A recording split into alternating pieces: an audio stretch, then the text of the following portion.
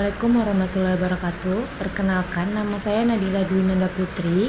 Di sini saya akan menjelaskan proposal saya tentang penggunaan alat peraga papan optik untuk meningkatkan pemahaman konsep IPA materi cahaya dalam membuktikan sifat-sifat cahaya.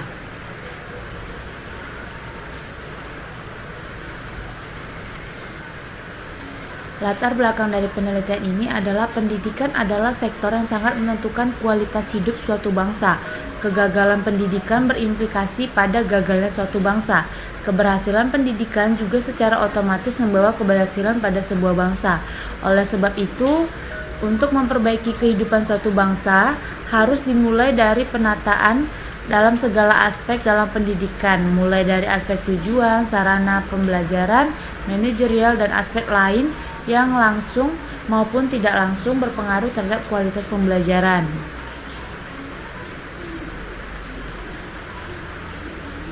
Rumusan masalahnya, yang pertama, bagaimana konsep papan optik pada materi cahaya dalam pembuktian sifat-sifat cahaya.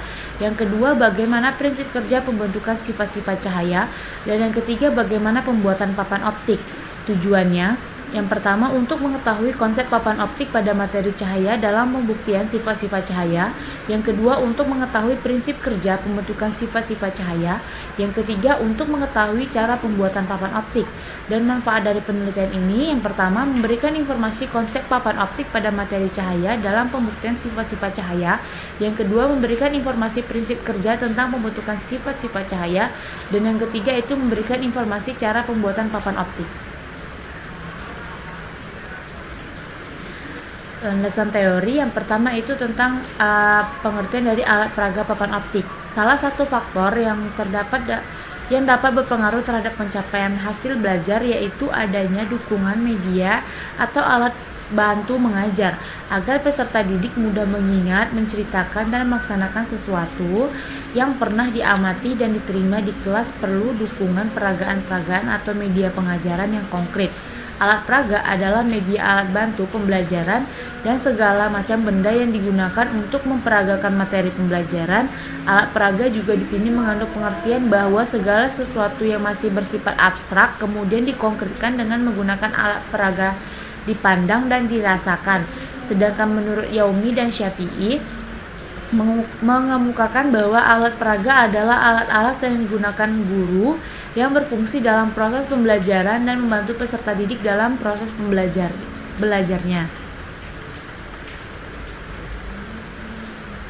Pengertian cahaya.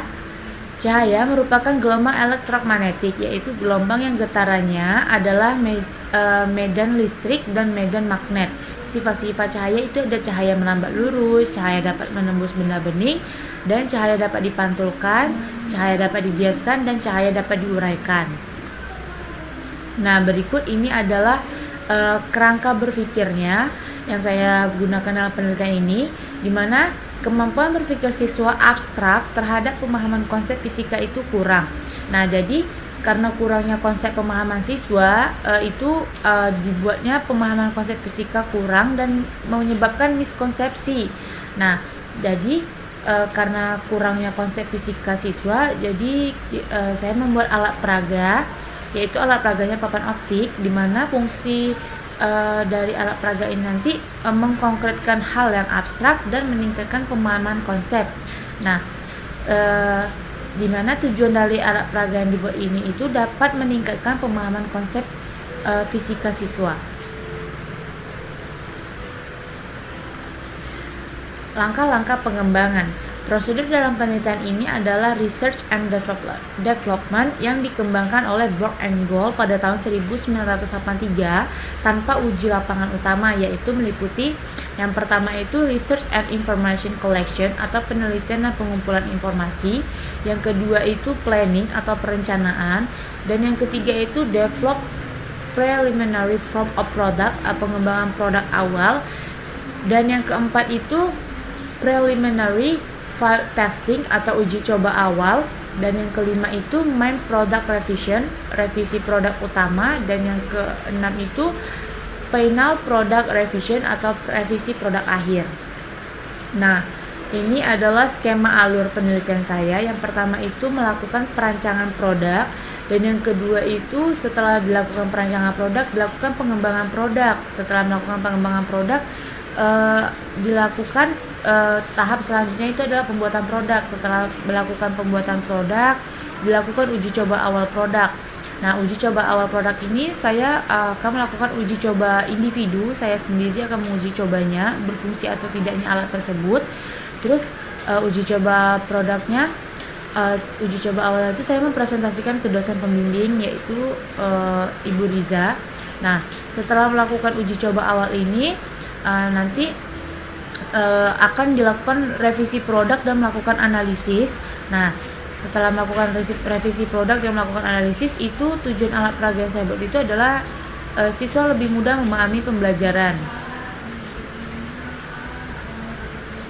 Analisis data. Teknik analisis data lembar validasi produk pada penelitian ini dilakukan untuk mengetahui kelayakan produk yang dikembangkan sebelum digunakan, di mana data yang diperoleh melalui penilaian ahli materi dan ahli media, kemudian akan dijumlahkan total skor yang diperoleh dikonversikan menjadi data kualitatif dengan skala 5. Instrumen pengumpulan data. Penyusunan instrumen harus memenuhi validitas internal instrumen, yaitu dilakukan secara logis dan teoritis oleh dosen sebagai ahli atau expert, menyatakan bahwa validitas internal instrumen yang berupa tes harus memenuhi validitas konstruksi dan validitas isi, sedangkan instrumen non-tes yang digunakan untuk mengukur sikap cukup memenuhi validitas konstruksi. Teknik pengumpulan data pada penelitian ini adalah dengan cara menggunakan observasi, dokumentasi, serta lembar validasi media yang dinilai oleh ahli media dan ahli materi, yaitu dosen mata kuliah rekayasa alat labor, di mana hasil penilaian ini dijadikan dasar untuk perbaikan produk akhir. Berikut adalah desain produknya. Nah, jadi begini rancangan papan optik saya. Nah, di bagian sininya nanti itu adalah tempat peletakan media untuk pembuktian sifat-sifat cahaya. Nah, yang di bagian yang seperti kotak ini, kubus setengah ini nih, nanti di sini sebagai media rambatnya atau media pembuktiannya, apakah benar cahaya itu merambat lurus, cahaya dapat dipantulkan, atau cahaya dapat menembus benda bening, itu nanti akan di sini di pembuktiannya, apakah benar itu tuh cahaya merambat lurus dan sebagainya.